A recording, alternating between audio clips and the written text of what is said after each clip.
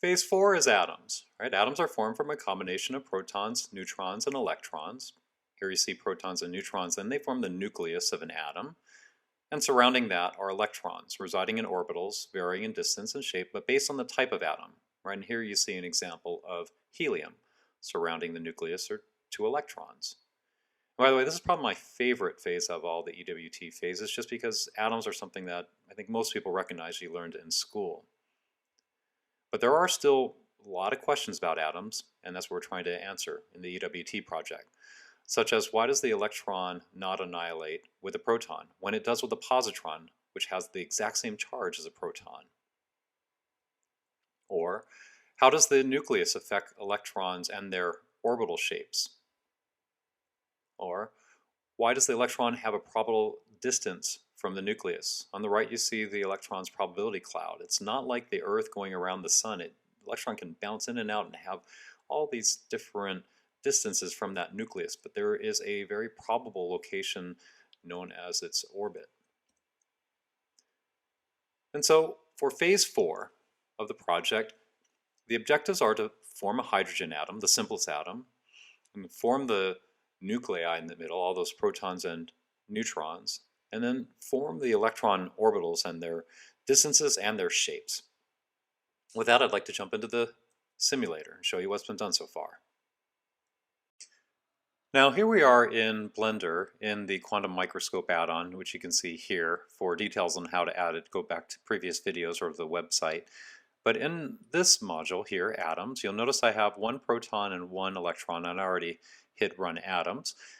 And what that one proton, one electron, of course, is hydrogen. So you see the H for hydrogen there. Red is a proton, blue is an electron. The circle here is its Bohr radius, that's an orbital, and you can see the calculation right there in meters.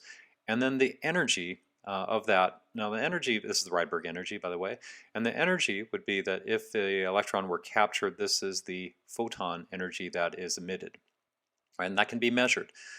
I'm going to point out that all of these calculations here are pre-calculated. As you can imagine, it probably slow things down to have to, especially when we get to multiple electrons.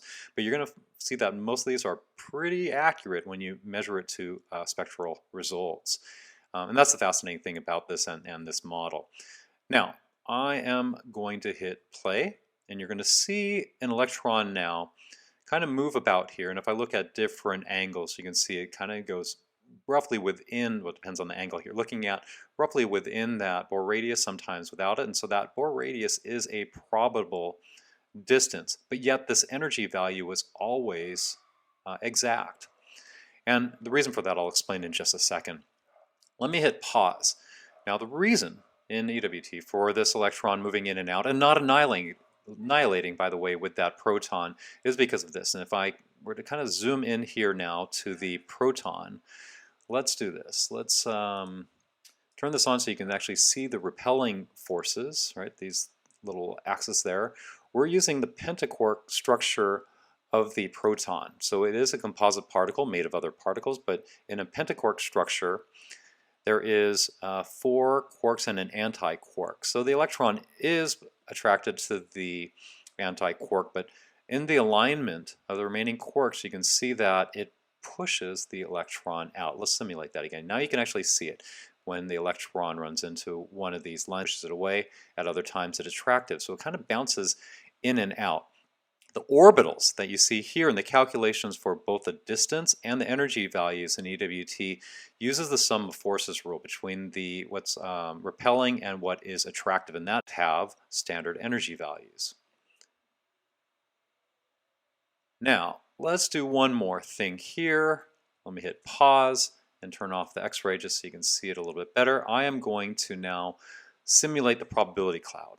Right? You saw earlier the electron can be bouncing in and out everywhere. This is actually kind of hard to see where it is exactly. It's easier to see in this view. In the probability cloud, these electrons are not affecting other electrons. It's basically the way that it works is the simulator is seeding a bunch of electrons all at once, and each one interacts with that proton in the middle. Now we have to give it a little bit of time, but it's being repelled. Each of these electrons are being repelled and being attracted at the same time. If you run it long enough, you're going to start to see exactly that probability cloud that you saw for hydrogen when I went through those slides earlier. So this is just kind of a better view if you wanted to see what an electron looks like over time as it is kind of bouncing around. And that's just the easiest way to simulate is drop a bunch of electrons where each one interacts with the nucleus independent of each other. Let's kind of zoom out here so you can see what that shape looks like for the s orbital. The next example here is protons, 5 electrons, that's boron, but you also start to see neutrons here in the middle as well. Now I have to admit, this is one thing that is simulated, is that nucleus arrangement. It's not using physics. That's one of the challenges and things that still needs to be worked on within this simulator. But otherwise, electrons are using physics for their motion here. I'm going to zoom out a little bit. You can see the 1s orbital, you can see the 2s orbital, and then the 2p orbital here. Now, the 2p has an energy value there, just like hydrogen did. You'll also find if you go to the website for EWT energy values even for those other orbitals, but we're for simplicity just showing one. Now, zoom out just a little bit so you can see the interaction. I'll use different angles so you can see these electrons, 2 there in the middle and 2 on the out. I can't tell which one is the 2s or the 2p. But the nice thing, just like hydrogen, is I can go to show cloud, and we're going to show the difference now of the p orbital. Now the s is spherical. The p orbital looks like a dumbbell. And the way to do this, at first I can kind of zoom in. You can see there's the electrons there in the 1s, but if I were to zoom back out, there's a mix of the 2s and the 2p electron. Just like hydrogen, it just seeds a bunch of these electrons randomly, just like they were kind of moving over time, and that's the best way to show the probability cloud. You can turn off the 1s electrons and the 2s, and then what is remaining now is just showing only that 2p. Let's kind of rearrange this there so you can see it. Now this is the dumbbell of the p orbital. There's one half and there's the other half. You see these electrons that are bouncing in and out. The way that it's modeled here is that, and during the alignment now of 3 quarks, so remember 2 quarks repels, along 3 quarks now has even a stronger repelling force, even if it is temporary or if it's spin alignment, it's stronger. It's pushing it out even further. You see these electrons kind of moving out before they're attracted back in again. So these are kind of balanced off with the sum of forces at a distance at the 2p, but everything here is kind of just being pushed out, and that is creating the shape of the p orbital. And you'll see the same thing for the d orbital and the f orbitals. It just happens to be an alignment of even more quarks than that. And that is, in the EWT, how these shapes are formed, and furthermore how it's simulated here in this. So now I have configured neon. I'll hit play so you can see these moving around. You see 10 protons, 10 electrons. So I did this so you can see it filling out the 2p orbital. So there should be a total of 6 now electrons that fill that out before atoms move on to the next one, the 3s orbital, which would be 12 protons. But let's just take it all the way up to the max right now that's supported, and then this is proof it. Right now we can do up to calcium with the simulator.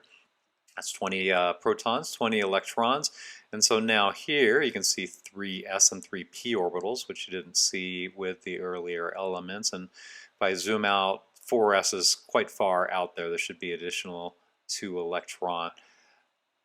Last thing I'm going to show here then is that's the max that it can do, but I want to show that it's more than just 20 elements that you can do. Let's just show an example of an ionized version. You can pick any number of protons and then reduce the number of electrons, and this would be an ionized element.